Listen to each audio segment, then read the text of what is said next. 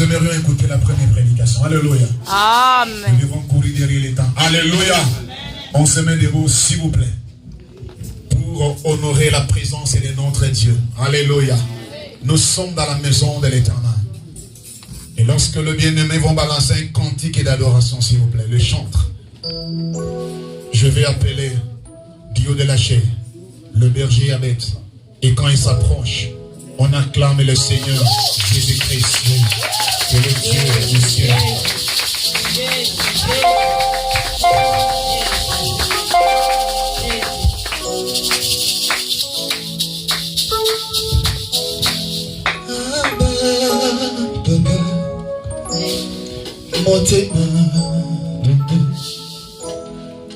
Et ton dit Isani Navosa Abba Molimo Ezo Ganga Kuluka Yoe Kuluka Yoe Nana Tibete Kotamona Yoe Kosamote Nanga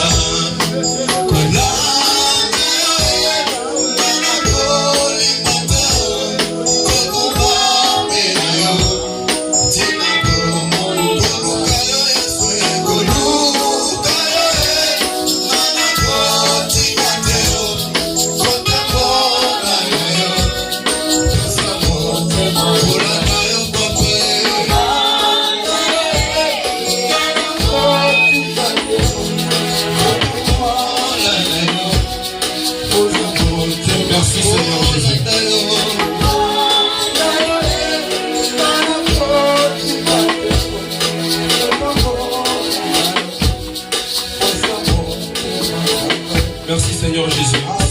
Si nous sommes là, c'est parce que nous sommes conscients que d'adorer c'est notre vie. C'est parce que nous savons que adorer c'est au-delà d'une chanson. C'est toute une vie qu'on veut t'offrir, Seigneur. Raison pour laquelle, avec l'esprit d'adoption que Dieu a mis en nous, ce matin encore nous crions Abba Père. Oh Seigneur, nous avons besoin de toi. Parle-nous, Père éternel. Édifie ton peuple. Fais-nous du bien comme tu sais le faire, Seigneur. Saint-Esprit, glorifie le nom de Jésus encore ce matin. Nous avons ainsi prié en ton nom. Amen. Amen. Est-ce qu'on peut acclamer pour le Seigneur Jésus-Christ? Amen. Amen. Amen. On peut se lever. Il n'y a personne. Shalom, peuple de Dieu. Alors, grande est ma joie encore ce matin de me retrouver au-devant de vous, au milieu de vous. Je bénis le Seigneur pour ces moments, je bénis le Seigneur pour son serviteur, le berger Moïse, pour cette vision qui nous nourrit.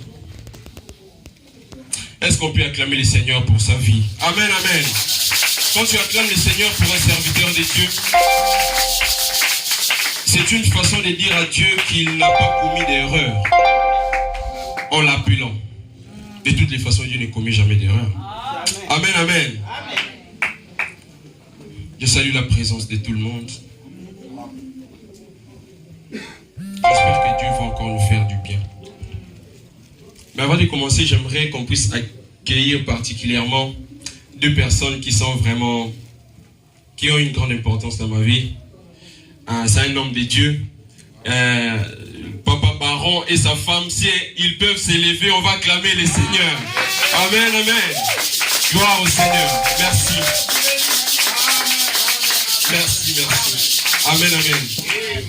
C'est un grand plaisir de servir Dieu et surtout devant les gens qui vous aiment et que vous aimez aussi. Amen, amen.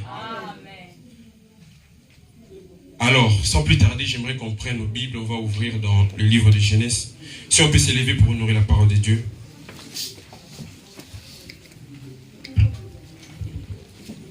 Genèse à partir du verset 1er. Je lis au nom de Jésus. Chapitre 3, merci. À partir du verset 1er. Je suis vraiment pressé parce que c'est un grand thème, mais en quelques temps, Amen. En quelques temps, c'est pas évident. Alors, j'ai lu au nom de Jésus. Le serpent était le plus rusé de tous les hommes des champs que l'Éternel Dieu avait fait. Il dit à la femme, Dieu a-t-il réellement dit, vous ne mangerez pas de tous les arbres du jardin? La femme répondit au serpent, nous mangeons du fruit des arbres du jardin. Mais quant au fruit de l'arbre qui est au milieu du jardin, Dieu a dit, vous n'en mangerez point, et vous n'y toucherez point de peur que vous ne mouriez. Alors le serpent dit à la femme, vous ne mourrez point. Mais Dieu sait que le jour où vous en mangerez, vos yeux s'ouvriront, et que vous serez comme Dieu, connaissant les biens et le mal. La femme vit que l'arbre était bon à manger, et agréable à la vue, et qu'il était précieux pour ouvrir l'intelligence. Elle prit de son fruit et en mangea. Elle en donna aussi à son mari qui était auprès d'elle, et il en mangea. On va faire un bond, toujours dans le chapitre 3, à partir du verset 9. Mais l'Éternel Dieu appela l'homme et lui dit, où es-tu? Il répondit, j'ai entendu ta voix dans les jardins et j'ai eu peur, parce que je suis nu et je me suis caché. Et l'Éternel Dieu dit, qui t'a appris que tu es nu? Est-ce que tu as mangé de l'arbre dont je t'ai défendu de manger? Amen, amen. Amen. Est-ce qu'on peut acclamer pour la parole de Dieu? Alors qu'on est en train de s'y rasseoir. Amen, amen. Alors, l'apostasie. Déjà pour commencer, je dirais que l'apostasie, c'est un mot grec, épistémie, qui signifie se détourner.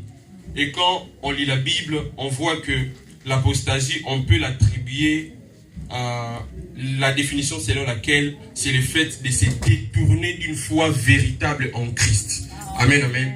L'apostasie, c'est le fait de se détourner d'une foi véritable en Christ. La Bible nous montre que le peuple de Dieu tombe en apostasie à cause des faux serviteurs. Et même aussi les serviteurs de Dieu tombent en apostasie à cause d'un mauvais peuple.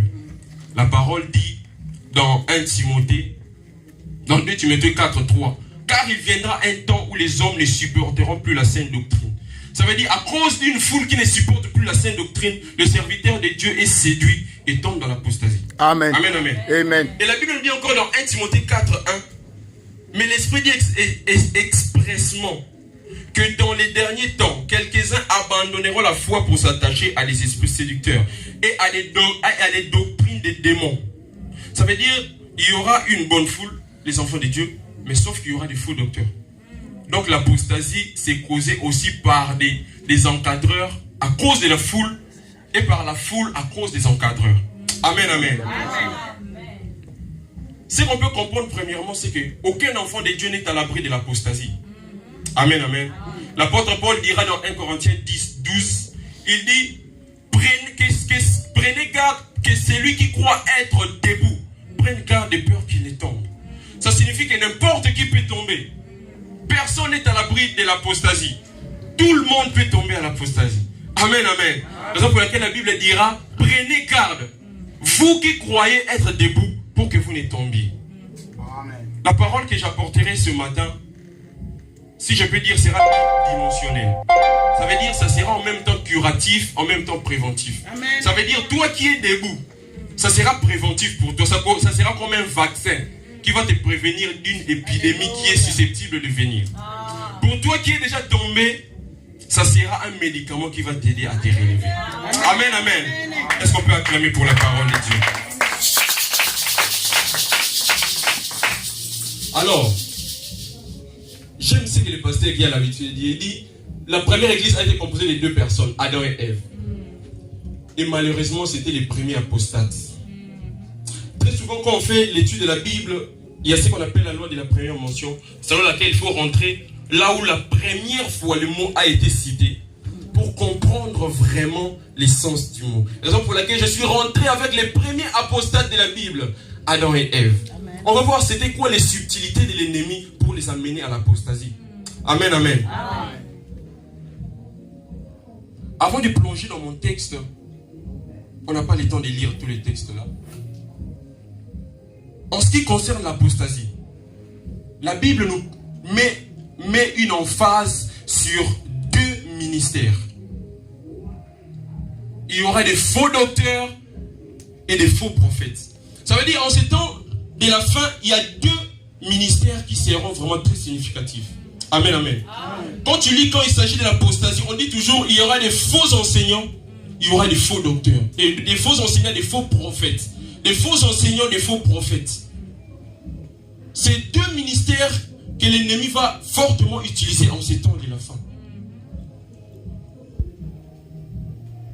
C'est normal parce que la Bible dans Matthieu 16, 22 nous dit que l'enseignement c'est comme la levure. Vous voyez, la levure sert à donner une forme à la pâte. Amen, amen. La Bible nous dit que l'enseignement pour un enfant de Dieu a le même rôle qu'à une levure dans une pâte. Ça veut dire c'est l'enseignement qui te transforme. Qu'est-ce que je peux dire par là? Un enseignement a le pouvoir de te transformer en démon ou en ange. Amen, amen. Pourquoi le ministère prophétique? Parce que dans Matthieu 6, 22, la Bible nous dit l'œil c'est la lampe du corps. L'homme se dirige en boîte, c'est pas que là où il y a la lumière. Amen, amen. Donc, l'œil nous donne la direction.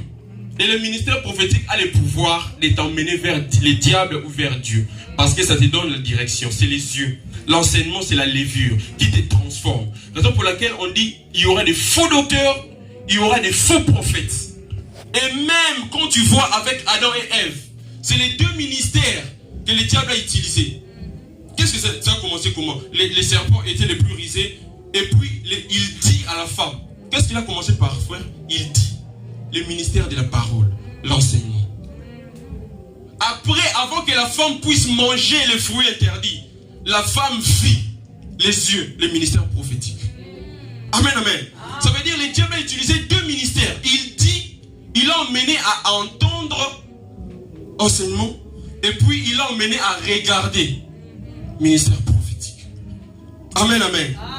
Et même quand tu lis dans Matthieu 24, ce qui est considéré comme un chapitre de la parousion ou encore de la seconde venue de Jésus, quand il nous explique les choses qui vont venir, après au verset 45, Jésus lance un appel. Il dit, quel est le serviteur prudent et fidèle qui peut donner la bonne nourriture au temps convenable à mon Père? La bonne nourriture, c'est quoi? C'est la parole, c'est le ministère d'enseignement.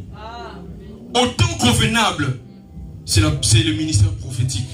Amen, amen. Ça veut dire que ces deux ministères que la Bible met en emphase insistent en ces temps de la fin. Et on voit c'est ce que l'ennemi a utilisé. Il dit à la femme, puis la Bible nous dit, la femme vit que les fruits étaient bons à manger. Deux ministères que l'ennemi utilise en ces temps de la fin. C'est ce qu'il avait même utilisé avec Jésus pour les tenter quand il était en 40 jours de jeûne et prière. Qu'est-ce qu'il avait dit? Les serpents étaient venus et puis il lui a dit, le ministère d'enseignement, si tu es le fils de Dieu, transforme ces pierres. Ça veut dire les pierres que tu es en train de voir en pain, les cieux, le ministère prophétique. Raison pour laquelle la Bible dit toujours il y aura des faux docteurs et des faux prophètes. Alors la première vérité que j'aimerais d'abord dire, c'est que un faux prophète ne s'installe que là où le faux docteur est déjà passé. Amen. Amen, amen. C'est toujours le faux enseignement qui ouvre la porte à la fausse prophétie. On a vu avec le diable, avec Adam et Ève. Il a d'abord commencé par dire les faux enseignements. Avant d'installer la fausse prophétie, il a d'abord commencé par installer le faux enseignement. Amen. Ça veut dire que avant que la fausse prophétie puisse s'installer, il faut que les faux enseignements puissent d'abord s'installer. La Bible dit mon peuple périt parce qu'il lui manque la connaissance. Épignosis. Il lui manque la connaissance des choses de Dieu. Quelqu'un qui est enraciné dans la saine doctrine, c'est difficile pour qu'il soit ballotté par des prophéties de rien du tout. Amen. Ça veut dire que le diable commence d'abord par le ministère de l'enseignement. Quand déjà le faux enseignement entre, ça ouvre un grand portail à la fausse prophétie. Regardez dans tous les cas d'apostasie de la Bible, tu vas voir que le diable a commencé d'abord par la parole. Pourquoi il n'a pas su gagner Jésus? Parce que il a dit, il est écrit. Il a parlé. Jésus aussi lui a dit, il est aussi écrit. C'était quoi la différence entre Jésus et Adam? C'est que Jésus avait déjà barré la porte au faux enseignement qui ouvre la porte à la fausse prophétie. Amen, amen. Le diable aura toujours besoin d'un faux docteur, d'un faux enseignement pour ouvrir la porte à la fausse prophétie. Mes frères et sœurs, lisons la Bible. Vous faites quoi? C'est quoi le problème de rester sur WhatsApp pendant toute une nuit? C'est quoi cette maladie? Le diable sait. Raison pour laquelle le diable peut permettre à un enfant de prier pendant 2 heures du temps. Mais enlever la capacité à lire la Bible même pendant 15 minutes. Parce qu'il sait que c'est quand les faux enseignements entrent, c'est là que la fausse prophétie s'installe. Amen, amen. Il a dit d'abord le ministère de l'enseignement. Le ministère de l'enseignement, c'est un ministère à laquelle la Bible impose beaucoup de restrictions. Quand il lit dans Nombre 11, Moïse était fatigué du peuple d'Israël. Qu'est-ce qu'il a dit à Dieu? Ce peuple est trop rebelle. Je ne veux plus diriger ce peuple.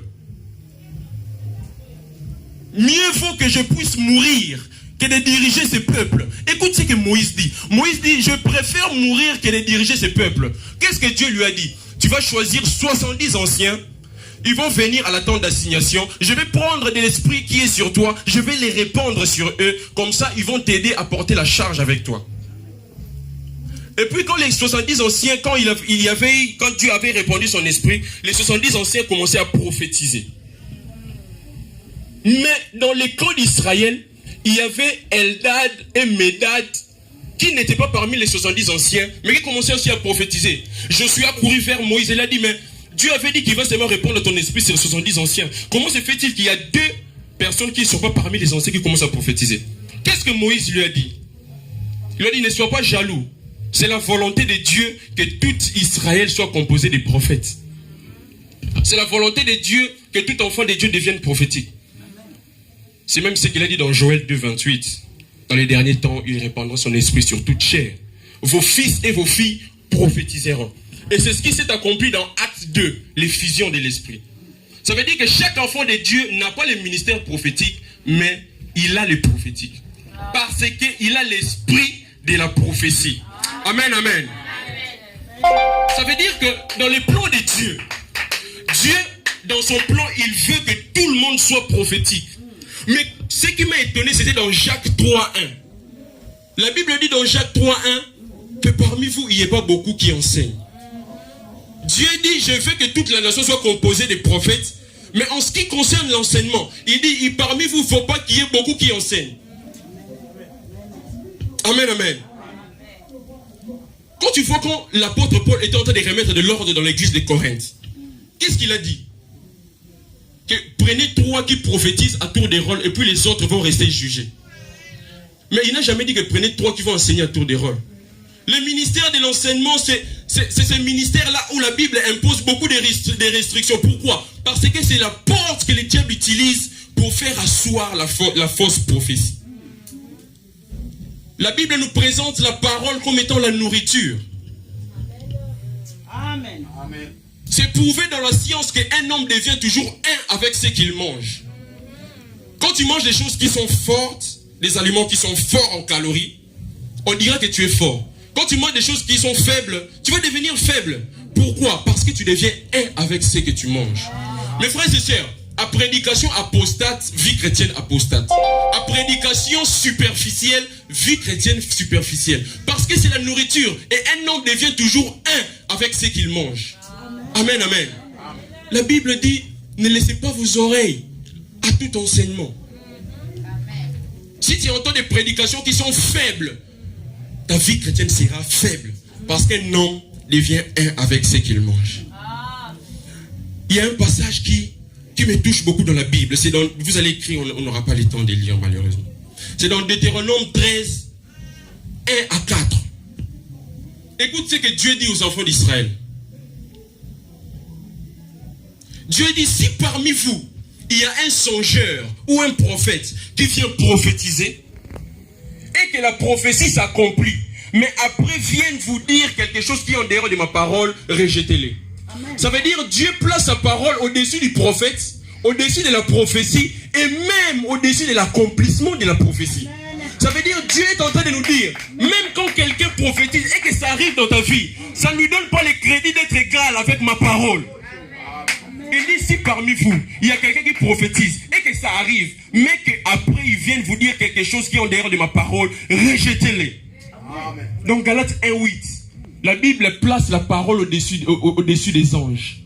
Il dit, même s'il y a un ange qui vient vous dire quelque chose que je ne vous ai pas dit, considérez-les comme anathème ou encore comme maudit.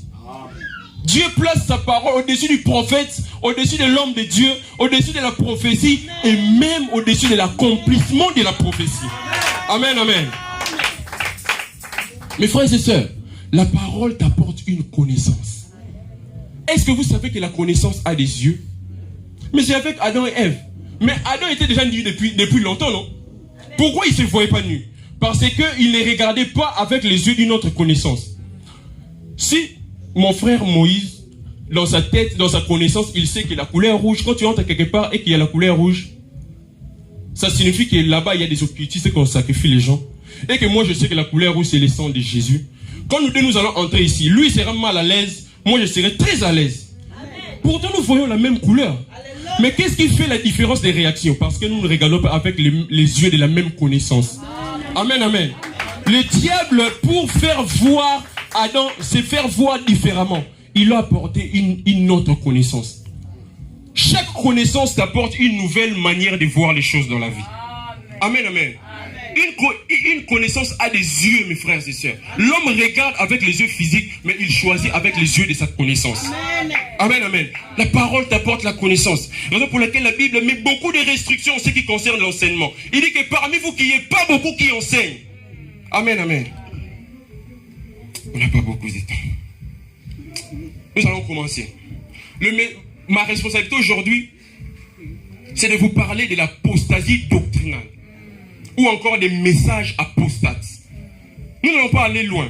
On va seulement voir avec les textes avec Adam et Ève. Amen, amen.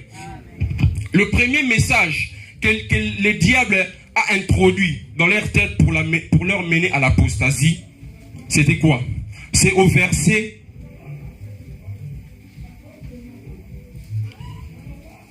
4 jusqu'à 5. Alors le serpent dit à la femme, vous ne mourrez point. Mais Dieu sait que le jour où vous en mangerez, vos yeux s'ouvriront et que vous serez comme lui. Qu'est-ce que le diable voulait insinuer à Adam et Ève? Il voulait les faire voir que Dieu ne les aime pas autant qu'ils pensent. Pourquoi? Parce qu'il voulait les faire voir que Dieu leur cache quelque chose de bon. Il dit, non, vous devez manger ça. Pourquoi? Parce qu'il sait que si vous mangez ça, vous aurez quelque chose de meilleur. Amen, amen. Si tu aimes quelqu'un, tu ne vas pas lui cacher quelque chose de bon. Non, il était en train de leur faire voir que Dieu ne vous aime pas.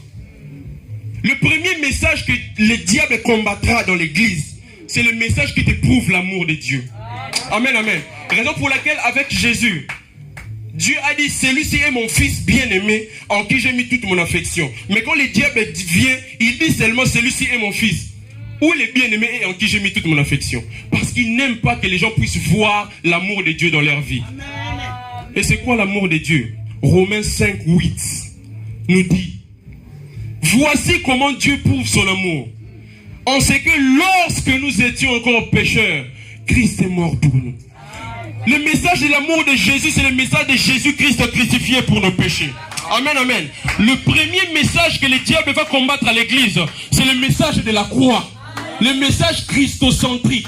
Le diable cherchera toujours à ce qu'on puisse pas voir Jésus-Christ crucifié pour nous. Parce que c'est en cela l'amour de Dieu. Jean 3,16 nous dit, Dieu a tant aimé le monde.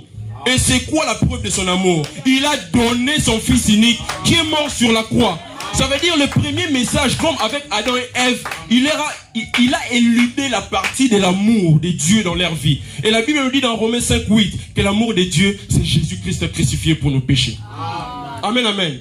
Le premier message que l'ennemi combattra toujours dans l'église, c'est le message christocentrique. le message de la croix de Jésus. Il empêchera que les enfants de Dieu soient conscients de la croix de Jésus. Qu'ils soient conscients de l'amour de Dieu pour leur vie. Amen. Regardez beaucoup de chrétiens. Dieu, si tu m'aimes, vraiment Dieu, tu m'aimes pas. Beaucoup de chrétiens ne sont pas sûrs de l'amour de Dieu dans leur vie. Tu ne seras jamais heureux quand tu n'es pas sûr de l'amour de ton mari. Il va prendre un petit retard de 5 minutes. Vous voyez les hommes, il m'a encore menti. Non, maman, il a pris 5 minutes. Pourquoi? Parce que tu n'es pas conscient de son amour. La raison pour laquelle vous voyez des chrétiens vaciller par-ci, par-là. Dieu, est-ce que tu m'aimes? Dieu, vraiment? Oh, prophète, dis-moi, c'est quoi le problème? Parce qu'il n'est pas conscient de l'amour de Dieu. Amen, amen. Qu'est-ce que le diable a dit à Adam et Ève? Non, il vous ment. Il vous cache ces fruits-là, c'est bon. C'est parce qu'il ne vous aime pas. Il ne veut pas vous donner ça. Il a éludé le message de l'amour de Dieu. Amen, amen. Le message, et l'église, nous devons rentrer à un message christocentrique. Basé sur Christ.